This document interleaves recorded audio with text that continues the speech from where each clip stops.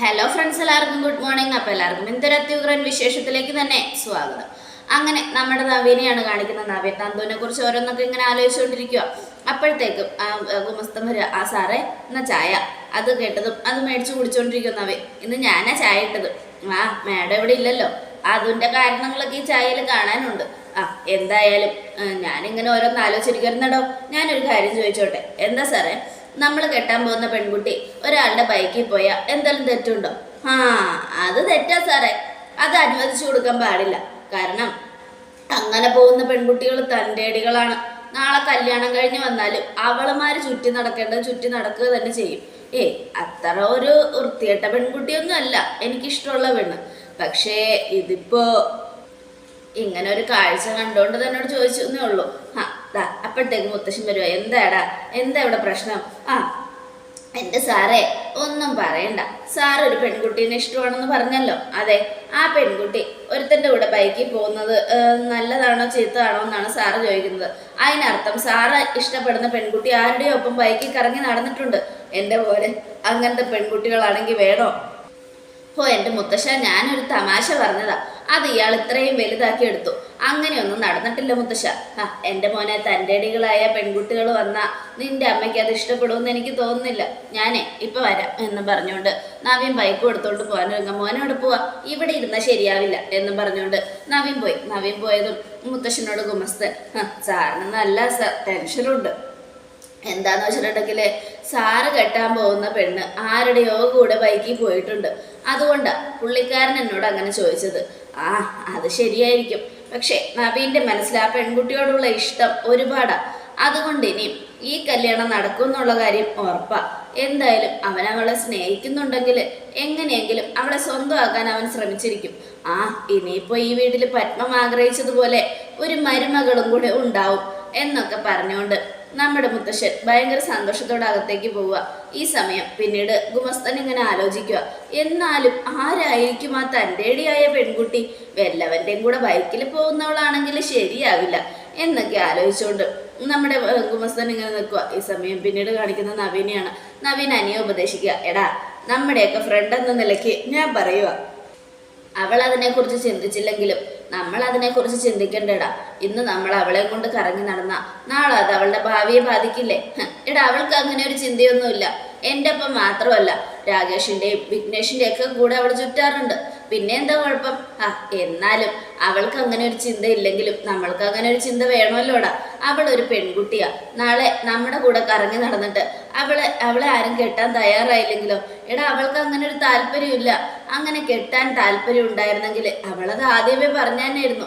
പിന്നെ ആരെങ്കിലും അങ്ങനെ അന്വേഷിച്ച് വരുമ്പോൾ കണ്ടവന്മാരുടെ കൂടെ ബൈക്കിൽ ചുറ്റിക്കറങ്ങുന്ന പെണ്ണാണെന്ന് ആരെങ്കിലും പറഞ്ഞ് കല്യാണം മുടങ്ങിപ്പോയാൽ അവൾക്ക് അത്രയും സന്തോഷമേ ഉള്ളൂ. അതുകൊണ്ടാണ് ഞാൻ പറഞ്ഞത്. എന്തായാലും ഇനിയിപ്പോൾ അതിനെക്കുറിച്ച് പറഞ്ഞിട്ട് കാര്യമൊന്നുമില്ല. എന്തൊക്കെ സംഭവിച്ചാലും ശരി. ഒരു കാര്യം ഞാൻ പറയാം, അവൾക്ക് കല്യാണത്തോട് തീരെ താല്പര്യമില്ലാത്ത കൂട്ടത്തില്ല. അതുകൊണ്ട് പ്രശ്നമൊന്നുമില്ല. ഇനി ഞാനൊരു കാര്യം ചോദിക്കട്ടെ? എന്ത് കാര്യം? നന്ദുവിനെ കോളേജിൽ പഠിക്കുമ്പോൾ പോലെ എനിക്കറിയാം. നന്ദുവിന് ആരെങ്കിലുമായിട്ട് പ്രേമമാണോ? അത് കേട്ടതും എൻ്റെ അറിവിൽ അങ്ങനെയൊന്നുമില്ല എന്നും അനി. അല്ല, ഇനി ആ രാകേഷും വിഘ്നേഷും ഒക്കെ ആയിട്ട് ഒരിക്കലും ഇല്ല. അവൾ അങ്ങനെ പ്രേമിച്ചുകൊണ്ട് നടക്കുന്ന ഒരുത്തിയല്ല. മനസ്സിൽ ഇങ്ങനെ ഓരോരോ ആഗ്രഹങ്ങളൊന്നുമില്ല. അത് കേട്ടതും നമ്മുടെ നവീന് സമാധാനമായി. അല്ല, നീ എന്താ അവക്കടെ കാര്യത്തിൽ ഇത്രയും കെയർ എടുക്കുന്നത്? എന്താ പ്രശ്നം? അത് കേട്ടതും ഞാൻ കെട്ടാൻ പോകുന്ന പെണ്ണായതുകൊണ്ടാടാ എന്നും നവീൻ മനസ്സിലാലോചിക്കുക. ഈ സമയം നവീൻ, നീ എന്തോന്നും മിണ്ടാത്തെ? നീ എന്തിനാ അവളുടെ കാര്യത്തിൽ കൂടുതൽ കെയർ എടുക്കുന്നേ? നമ്മുടെ നല്ലൊരു സുഹൃത്ത് എന്ന നിലയിൽ അവളുടെ കാര്യങ്ങൾ നമ്മൾ നോക്കണ്ടേ എന്നൊക്കെ നവീൻ പറയാ. സുഹൃത്ത്, എന്നാ കുഴപ്പമില്ല. അല്ല, എന്താ ഇത്ര കെയർ എടുക്കാൻ കാര്യം? അതെ, ഞങ്ങൾ വക്കീൽമാരും പോലീസുകാരും പലപ്പോഴും പല വഴക്കും ഇടാറുണ്ട്.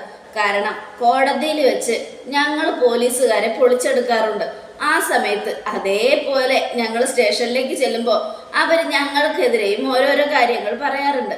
പക്ഷെ അതൊന്നും കാര്യമായിട്ട് എടുക്കാതെ ഈ നന്ദു ഉണ്ടല്ലോ, എനിക്ക് ഒരു പ്രത്യേക കെയറാ തരുന്നത്. അതുകൊണ്ടാണല്ലേ നീ അവളുടെ ചേട്ടനായത്? എല്ലാം മനസ്സിലാവുന്നുണ്ട്.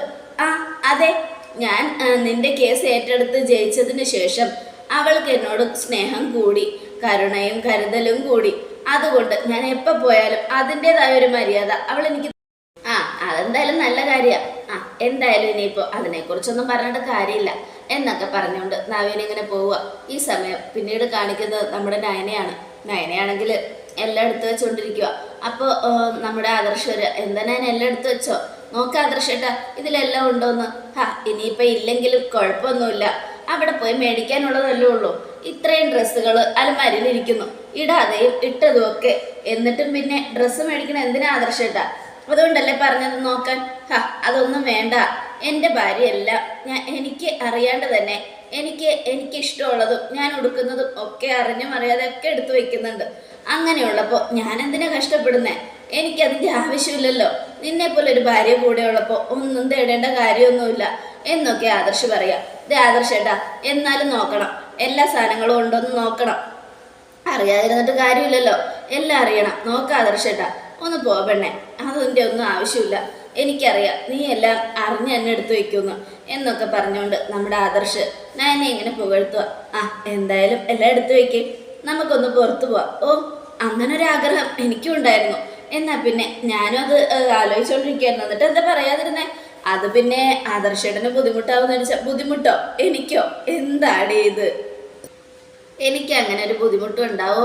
അതൊന്നും എന്നെ കൊണ്ട് പുറത്തു പോകാൻ?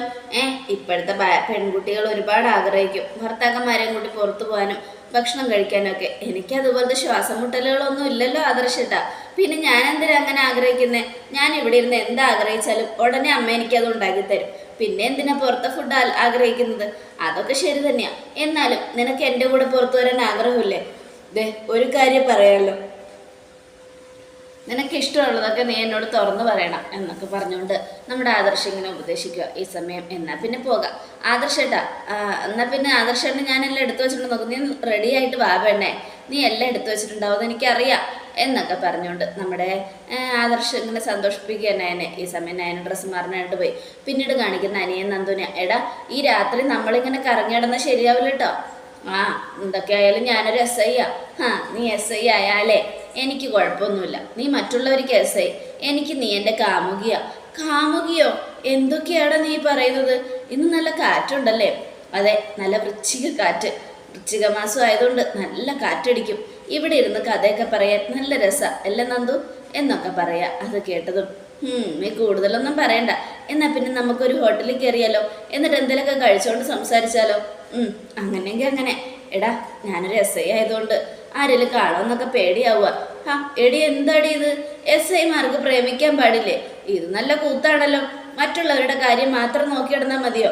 ആണായാലും പെണ്ണായാലും അവർക്കും അവരുടേതായ ചില രഹസ്യങ്ങളൊക്കെ ഉണ്ടാവും. അതൊന്നും എല്ലാവരോടും തുറന്നു പറയാൻ പറ്റില്ല. ഒരു പോലീസാണ് വക്കീലാണെന്ന് പറഞ്ഞ് ഒരുത്തനെ പ്രേമിക്കാൻ പാടില്ലെന്ന് നിയമമൊന്നുമില്ലല്ലോ എന്നൊക്കെ പറഞ്ഞുകൊണ്ട് അവർ ബൈക്കിൽ കയറി ഹോട്ടലിലെത്തി. അങ്ങനെ ജ്യൂസൊക്കെ ഓർഡർ ചെയ്യാനായിട്ട് ഇങ്ങനെ ഇരിക്കുക. ഈ സമയം കാറിൽ നയനെ ആദർശം കൂടെ പോവുക. എന്തായാലും ഞാൻ പോകുമ്പോൾ നിന്നെ കൂടെ കൊണ്ടുപോകാമെന്ന് വിചാരിച്ചതാ. പക്ഷേ എന്ത് ചെയ്യാനാ, നിന്നെ കൊണ്ടുപോയാൽ അത് വേറെ പ്രശ്നമാവും. നിനക്കിപ്പോൾ പ്രഗ്നൻറ്റും കൂടിയാണല്ലോ, അതുകൊണ്ടാണ് നയനെ.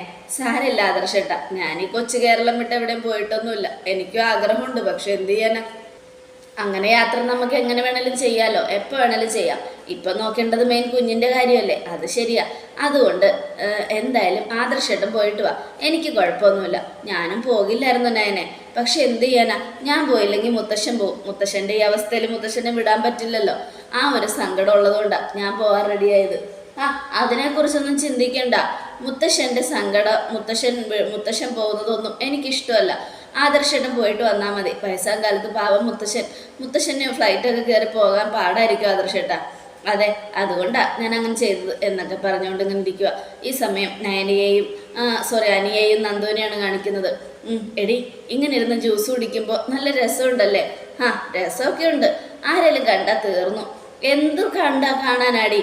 നീ എന്തിനാ ഇങ്ങനെ പേടിക്കുന്നേ? നന്ദു ഇങ്ങനെ പേടിക്കരുത് കേട്ടോ. അത് ഇങ്ങനെ അവർ സംസാരിച്ചുകൊണ്ടൊക്കെ ഇരിക്കുമ്പോൾ ആദർശൻ നയനയും കൂടെ അകത്തേക്ക് വരിക. അകത്തേക്ക് വന്നതും അവരോരോ കാര്യങ്ങളൊക്കെ ചോദിച്ചുകൊണ്ടിരിക്കുക. അപ്പോഴത്തേക്കും അനി ആ കാഴ്ച കണ്ടു. ഈശ്വര, നന്ദു എന്താടാ? ഏട്ടനും എടുത്തിയോ? അതെ, നമ്മൾ പെട്ടു എന്നാ തോന്നുന്നത്. ഈശ്വര, എവിടെ? അവിടെ നോക്ക്. അത് കേട്ടതും നന്ദു തിരിഞ്ഞു നോക്കുക. ഈ സമയം നയനയും ആദർശും കൂടെ വാഷ്റൂമിലേക്ക് പോവുക. അവർ വാഷ്റൂമിൽ പോയിരിക്കുക. വാ വാ നമുക്ക് പോകാം എന്നും പറഞ്ഞുകൊണ്ട് ജ്യൂസിൻ്റെ പൈസയും കൊടുത്ത് ആദർശ് നന്ദു അവിടെ നിന്ന് ഓടുക. അവർ പോകുന്ന ഓടുന്നത് കണ്ടതും അവിടുത്തെ ഇങ്ങനെ വെയിറ്റർ ഇങ്ങനെ നോക്കി നിൽക്കുക, ഇതെന്ത് പറ്റിയെന്ന് ആലോചിച്ചുകൊണ്ട്. ഈ സമയം ആദർശൻ നയനയോട് വന്നിരിക്കുക. എന്നിട്ട് അവർ ഇങ്ങനെ ഓർഡർ ചെയ്യാൻ പറയുമ്പോഴത്തേക്കും ദേ അമ്മ വിളിക്കുന്നു. ഇനിയിപ്പോൾ അമ്മയ്ക്ക് ഒരു സമാധാനം ഉണ്ടാവില്ല. ഹലോ അമ്മേ, ഞങ്ങളിവിടെ ഉണ്ടമ്മേ. ശരി അമ്മേ, ശരി ശരി അമ്മേ എന്നും പറഞ്ഞുകൊണ്ട് ഫോൺ കട്ട് ചെയ്യുക. നയനെ, പുറത്ത് വന്നതിന് ശേഷം നീ ഇപ്പോൾ അമ്മയ്ക്കൊരു കൊച്ചു കുഞ്ഞാ, അതുകൊണ്ട് നിന്നെ നന്നായിട്ട് നോക്കിക്കോണം, ആവശ്യമില്ലാത്തൊന്നും മേടിച്ചു കൊടുക്കരുത്, അവൾക്കത് ചേരില്ല എന്നൊക്കെ പറഞ്ഞുകൊണ്ട് ഇങ്ങനെ നിൽക്കുക. ഇത് കേട്ടത് നമുക്ക് പെട്ടെന്ന് പോവാദർശട്ടാ. എന്തിന് പെട്ടെന്ന് പോകാനല്ലല്ലോ നമ്മൾ വന്നത്, കുറച്ച് നേരം ഇവിടെ ചിലവഴിക്കാനല്ലേ. എന്നെ കണ്ടില്ലെങ്കിലേ അമ്മയ്ക്ക് ടെൻഷൻ കൂടും, അതുകൊണ്ടാണ് ഞാൻ പറഞ്ഞത് പെട്ടെന്ന് പോകാമെന്ന്. ശരി ശരി, എന്തായാലും കഴിക്കാനുള്ളത് എന്താ വേണ്ടെന്ന് വെച്ചാൽ പറ. അത് കേട്ടതും ആദർശേട്ടന് ഓർഡർ ചെയ്താൽ മതി. വേണ്ട, നിന്റെ ഇഷ്ടങ്ങളല്ലേ ഇപ്പം നോക്കേണ്ടത്, നിന്റെ വയറ്റിലല്ലേ കുഞ്ഞാവ. അത് കേട്ടതും അതൊക്കെ ആദർശേട്ടന് അറിയാമല്ലോ എനിക്ക് എന്തൊക്കെ ഇഷ്ടമെന്ന്. ആദർശേട്ടന് ഓർഡർ ചെയ്യും. നയനെ, നീ ഒരു കാര്യം ശ്രദ്ധിച്ചായിരുന്നോ? എന്താ ആദർശേട്ടാ? അതെ, നമ്മൾ വരുമ്പോൾ ഒരു ബുള്ളറ്റ് പുറത്ത് കിടക്കുന്നുണ്ടായിരുന്നു, അനിയുടെ വണ്ടി പോലെ എനിക്ക് തോന്നിയത്. നമ്പർ ഒന്നും നോക്കിയില്ല, എന്നാലും ഞാനൊന്ന് നോക്കിട്ടെ. അനിയുടെ വണ്ടിയോ? അനി എന്തിനാ ആദർശമായിട്ട് ഈ സമയത്ത് ഇവിടെ വരുന്നേ? അല്ല, എന്നാലും ഒരു സംശയം, നീ എന്താന്ന് വേണ്ടെന്ന് വെച്ച് ഓർഡർ ഇപ്പോൾ വരാം എന്നും പറഞ്ഞുകൊണ്ട് നമ്മുടെ ആദർശ് വെളിയിലേക്ക് പോവുക. ഈ സമയം നയന സംശയത്തോടെ ഇങ്ങനെ നോക്കുക. അപ്പോഴത്തേക്കും നമ്മുടെ അനിയും നന്ദോടൊന്ന് പോയി കഴിഞ്ഞിരുന്നു. എടാ, ഇതുകൊണ്ടാണ് പറഞ്ഞത് രാത്രി നേരത്തെ അവിടെ പോകണ്ടെന്ന്. പകലാണെങ്കിൽ കൂടെ കുഴപ്പമില്ല, ആര് കണ്ടാലും നമ്മൾ വെറുതെ ചുറ്റിക്കറങ്ങുകയാണെന്ന് വിചാരിക്കുള്ളൂ. പക്ഷെ രാത്രി ആയതുകൊണ്ടാണ് എനിക്ക് പേടി. നിന്റെ ആരെങ്കിലും നിന്റെ കുടുംബത്തിൽ ആരെങ്കിലും കണ്ടു കഴിഞ്ഞാൽ അത് വലിയ പ്രശ്നമായി മാറും. അത് കേട്ടതും അങ്ങനെയൊന്നും ഇല്ലടി, നീ അതിനെക്കുറിച്ച് ഓർത്തൊന്നും പേടിക്കണ്ട. ഏട്ടനെ ഏട്ടത്തെയും കണ്ടോ, കല്യാണം കഴിഞ്ഞിട്ട് ഇത്രയായി, എന്നിട്ടും അവർ ചുറ്റിക്കറങ്ങി നടക്കുക. വീട്ടിലും ഓഫീസിലും ഒക്കെ ഏട്ടൻ്റെ ഭാര്യയെ കാണാം, എന്നിട്ട് ഹോട്ടലിൽ തനിയെ കൂട്ടിക്കൊണ്ടുവന്നിരിക്കുക ഭാര്യയെ ഒറ്റയ്ക്ക് കാണാനായിട്ട്. അതുപോലെ എനിക്കെൻ്റെ ഭാര്യയെ വല്ലപ്പോഴൊക്കെ അല്ലേ കാണാൻ പറ്റൂ. ഭാര്യയോ? അതെ, നീ എൻ്റെ ഭാര്യ തന്നെയാ. താലി കെട്ടിയില്ലെങ്കിലും നിന്നെ എൻ്റെ മനസ്സിൽ എൻ്റെ ഭാര്യയെ ഞാൻ ആക്കി കഴിഞ്ഞു. അയ്യടാ, ആ പുതിയ അങ്ങ് മനസ്സിൽ വെച്ചാൽ മതി എന്നൊക്കെ പറഞ്ഞുകൊണ്ട് അവരിങ്ങനെ പോവുക. അനി, എന്നെ വിടറാ, വീട്ടിൽ കൊണ്ട് വിടറാ. ഇല്ല, നിന്റെ കൂടെ കുറച്ച് നേരം സമയം ചെലവഴിച്ചിട്ട് ഞാൻ ഇന്ന് നിന്നെ വിടൂ എന്നും പറഞ്ഞുകൊണ്ട് നമ്മുടെ അനി വാശി പിടിക്കുക. ഈ സമയം ആദർശ് തിരിച്ചെത്തി. എന്താ ആദർശേട്ടാ, എന്തു പറ്റി? കണ്ടോ, ഇപ്പം ആ വണ്ടി അവിടെ കാണാനില്ല. എന്തായാലും നമ്പർ ശ്രദ്ധിച്ചില്ല. അല്ല, അനി എന്തിനാ ഈ സമയത്ത് ഇങ്ങോട്ട് വരുന്നേ? പറയാൻ പറ്റില്ല, അവൻ ചിലപ്പോൾ കറങ്ങാനായിട്ട് വന്നിട്ടുണ്ടാവും, വല്ലോ കഴിക്കാനായിട്ട്. അത് ശരിയാണ്, അതിനിപ്പോൾ ചോദ്യം ചെയ്യേണ്ട ആവശ്യമൊന്നുമില്ലല്ലോ ആദർശേട്ടാ, അവൻ്റെ ഇഷ്ടത്തിന് നടക്കട്ടെ എന്നൊക്കെ പറഞ്ഞുകൊണ്ട് നയനെ ഉപദേശിക്കുക. ഞാൻ 2 ജ്യൂസ് പറഞ്ഞിട്ടുണ്ട്. അപ്പോഴേക്കും ജ്യൂസ് വന്നു. എന്നാ ജ്യൂസ് കുടിക്കുക ആദർശേട്ടാ. എന്നാടി, ഞാൻ കുടിച്ചിട്ട് ജ്യൂസ് എന്ന് പറഞ്ഞുകൊണ്ട് നയൻ അത് മേടിച്ചു കുടിക്കുക. അല്ല, ആദ്യമൊക്കെ ആദർശേട്ടന് എന്നെ കാണുന്നത് പോലും ഇഷ്ടമല്ലായിരുന്നു. പിന്നെ നിനക്ക് എങ്ങനെയായിരുന്നു? എന്നെ കണ്ട നിനക്ക് കണ്ടകശനി അല്ലായിരുന്നോ? അത് കേട്ടതും അത് പിന്നെ ആദർശേട്ടൻ വെറുക്കുമ്പോൾ എനിക്ക് എന്ത് ചെയ്യാൻ പറ്റും? എടി, ഇന്ന് അതിനേക്കാൾ ഡബിൾ മടങ്ങ് സ്നേഹമല്ലേ ഞാൻ നിനക്ക് തരുന്നേ. ആദർശേട്ടനെ സ്നേഹിക്കുന്നതിനേക്കാൾ കൂടുതൽ സ്നേഹം അമ്മയും എനിക്ക് തരുന്നുണ്ട്. അതൊക്കെ എൻ്റെ ഭാഗ്യ. അതെ അതെ, അതൊക്കെ നിന്റെ ഭാഗ്യ. നിന്നെ എല്ലാവരും ഒരുപാട് സ്നേഹിക്കുന്നുണ്ട്, സന്തോഷമായിട്ടിരിക്കും എന്നൊക്കെ പറഞ്ഞുകൊണ്ട് ഉപദേശിക്കുകയാണ്. അത് കേട്ടതും ഞാൻ എങ്ങനെ ചിരിച്ചുകൊണ്ട് നിൽക്കുക. എന്തായാലും കല്യാണം കഴിഞ്ഞ സമയത്തൊക്കെ എനിക്ക് പേടിയായിരുന്നു, ആ വീട്ടിൽ എങ്ങനെ പിടിച്ചു നിൽക്കും, എത്ര നാൾ കഴിയാൻ പറ്റും, അവിടെ നിന്ന് ഇറങ്ങേണ്ടി വരുമോ എന്നൊക്കെ ഓർത്തിട്ട് ഞാനിങ്ങനെ ടെൻഷൻ അടിക്കാറുണ്ട്. പക്ഷേ ആ ടെൻഷനൊക്കെ വലിയൊരു സന്തോഷമായിട്ട് മാറുമെന്ന് ഞാൻ ഓർത്തില്ല ആദർശേട്ടാ. ഇനി നമ്മുടെ ജീവിതം മറിയുന്നേനെ. എന്തായാലും ഞാൻ ദുബായിക്കൊക്കെ പോയിട്ട് വരട്ടെ, അത് കഴിഞ്ഞ് നിനക്ക് ചെറിയ സർപ്രൈസുകളൊക്കെ ഞാൻ തരാൻ ഉദ്ദേശിക്കുന്നുണ്ട് എന്നൊക്കെ പറഞ്ഞുകൊണ്ട് നമ്മുടെ നയനയെ ആദർശ് ഇങ്ങനെ സന്തോഷിപ്പിക്കുക. ഈ സമയം പിന്നീട് നന്ദുവിനെ അനിയാണ് കാണിക്കുന്നത്. എടാ, നല്ല ഇവിടെ ഇരിക്കാൻ നല്ല ശാന്തത അല്ലേ, നല്ല സുഖം. ഈ കടപ്പുറം കാറ്റും കൊണ്ട് ഇങ്ങനെ ഇരിക്കാനുള്ളൊരു സന്തോഷം അതൊന്ന് വേറെ തന്നെയാണ്. പക്ഷെ ആരെങ്കിലും കണ്ടാ ഒന്ന് പൊടി തുടങ്ങും. ആര് കാണാനാ? മിണ്ടാതിരിക്കുക അവിടെ, നിന്നെ എനിക്ക് വല്ലപ്പോഴൊക്കെ ഇങ്ങനെ കിട്ടും, അതുകൊണ്ട് കുറച്ചേരം കഴിഞ്ഞിട്ട് പോയാൽ മതി എന്നൊക്കെ പറഞ്ഞിങ്ങനെ നിൽക്കുക. എനിക്ക് പേടിയാവുന്നുണ്ടടാ, എൻ്റെയും കല്യാണത്തിന് ഒരിക്കലും നിന്റെ അമ്മയും എൻ്റെ വീട്ടുകാരും സമ്മതിക്കില്ല. അങ്ങനെ സമ്മതിക്കാതെ വരുമ്പോൾ അവരെൻ്റെ കല്യാണം നടത്താൻ തീരുമാനിക്കും. അങ്ങനെ വന്നാ എന്ത് ചെയ്യോടാ? അങ്ങനെ വരുമ്പോൾ നീ മുൻകൂട്ടി എന്നെ വിളിച്ച് അറിയിച്ചാൽ മതി. ഞാനും രാകേഷും വിഘ്നേഷും കൂടെ ചേർന്ന് ആ കല്യാണം മുടക്കിക്കോളാം. നിങ്ങളെങ്ങനെ മുടക്കും? പെൺകുട്ടിക്ക് വേറൊരു ചെറുക്കനുമായിട്ട് പ്രേമമുണ്ടെന്ന് ഞങ്ങൾ വിളിച്ചു പറഞ്ഞാൽ പോരെ. അത് കേട്ടതും അത് നല്ല കാര്യ. പക്ഷെ അങ്ങനെ നീയൊക്കെ പറഞ്ഞാലും എല്ലാം കേട്ടും കെട്ടാൻ വരുന്ന ചിലവന്മാരുണ്ട്. അങ്ങനെ ആരെങ്കിലും വന്നു കഴിഞ്ഞാൽ പിന്നെ തീർന്നു എൻ്റെ കാര്യം. പിന്നെ എനിക്ക് കൂടുതൽ പ്രഷർ തന്ന അച്ഛനും അമ്മയും ആ കല്യാണത്തിന് സമ്മതിപ്പിക്കും. അങ്ങനെ പോയാൽ എനിക്ക് സമ്മതിക്കേണ്ടിയും വരും എന്നും നന്ദു അത് കേട്ടതും അനി ഞെട്ടുകയാണ്. അതോടുകൂടി എപ്പിസോഡ് അവസാനിക്കണം. നാളത്തെ ഒരു തകർപ്പൻ വിശേഷത്തിനായിട്ട് കാത്തിരിക്കുക. എല്ലാവർക്കും ഒരിക്കൽ കൂടെ നല്ലൊരു ശുഭദിനം തന്നെ ആയിക്കോട്ടെ. Thank you.